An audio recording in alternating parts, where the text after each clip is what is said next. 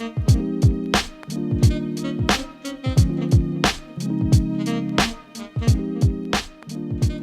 you're watching And What TV. My name's Michael Wilson. This is my poem, The Sexual Politics of Entropy. She told me over the brim of a lukewarm coffee cup, you know, we're not that atypical. Everything tends towards nothing. It was a closed door we kept every day like a copy of the day before. Her laser-sharp smile slowly dissipating into a grainy, frozen kind of smile. A Cheshire cat grin that somehow seemed to grow sadder. So we spent the nights alone, together. The distance between our words becoming longer and noisier, the ash of every sentiment, every emotion. Once a heart-coloured glow, and I walked into the carpet with bare feet.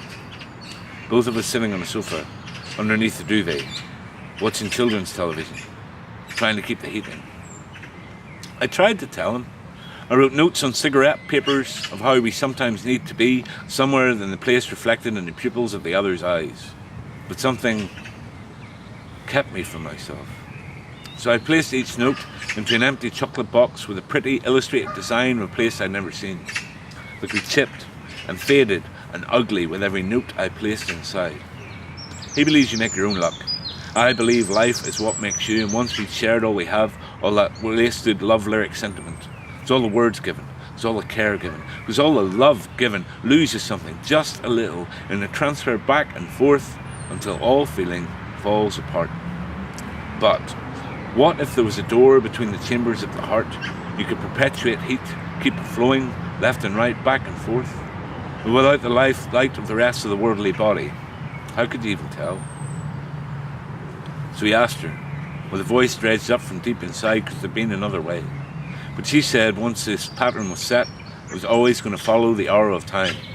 He disagreed, said life is interlocking rings, until you settle for the one around your finger. She placed her hand on his and told him, love in sunlight lingers. The love that walks and shares a day.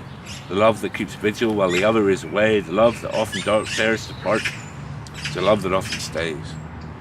She finished the bitter dregs of her coffee cup, straightened up, and quit the cafe, while he stared at the universe slowly spinning in the surface of his drink. Took a spoon and held it for a moment, then stirred each star into a different shape. A sunlight-warmed window, and somewhere else, not that far away, a couple sat down to speak.